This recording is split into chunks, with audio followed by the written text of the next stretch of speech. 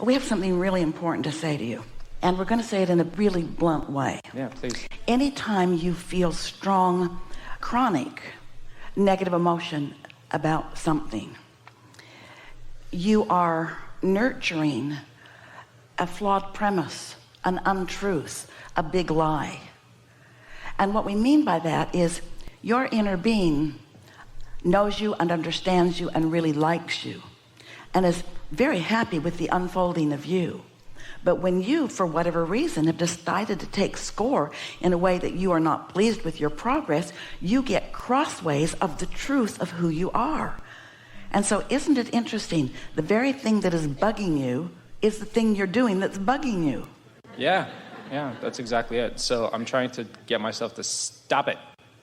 Well, we've never been able to get anybody to stop anything because the law of attraction doesn't work that way. When we say stop it, you do more of the it we're trying to get you to stop. It's just the way the law of attraction works. So it's about starting something else, or it's about doing something else. And I do that, yeah. We have some questions for you, all right with you? Yeah. What do you think it is that makes you so acutely sensitive or evaluating of where you stand? What causes that trend? Not what caused it. Why are you still perpetuating it? Because you could have somebody picky in your life being critical of you and da-da-da-da-da-da, but unless you keep renewing that, it doesn't keep happening. So what do you think it is that causes you to continue to renew the trend of not enoughness, haven't figured it out yet? Yeah, I think I'm trying to fix things that shouldn't be fixed. And like what? Just old thought processes and trying to move on from the past and try to... But hear this. This is such a good way to begin this conversation. Moving on from the past must let go of the past. We see it say, I'm going to move on from the past. I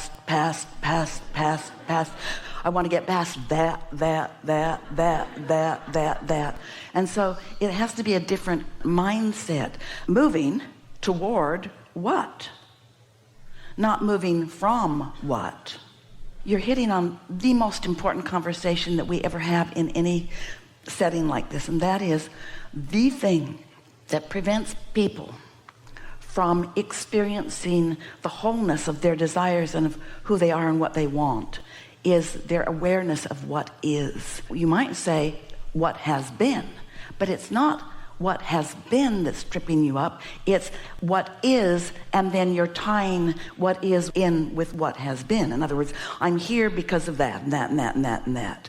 I feel like this because of that and that and that and that and that. But what is a buffet that has wanted and unwanted, and you have to be a really good selective sifter not to keep regurgitating the parts of what is that you want to release. And so it really is simply, it doesn't feel simple sometimes, but a matter of caring so much about the way you feel that you're unwilling to contemplate that thought any longer because it always brings you down.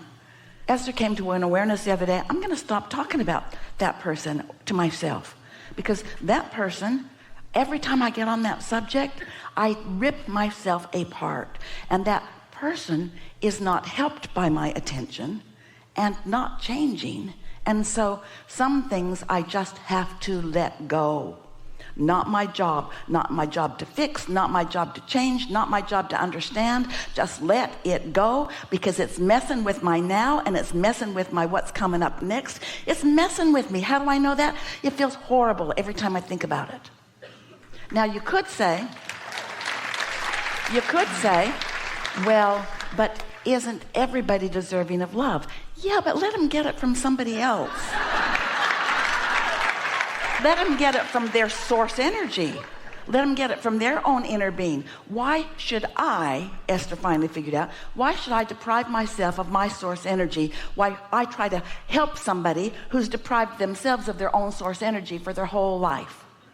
And now I'm going to sacrifice my source energy while I try to focus on this one who's disconnected from their source energy.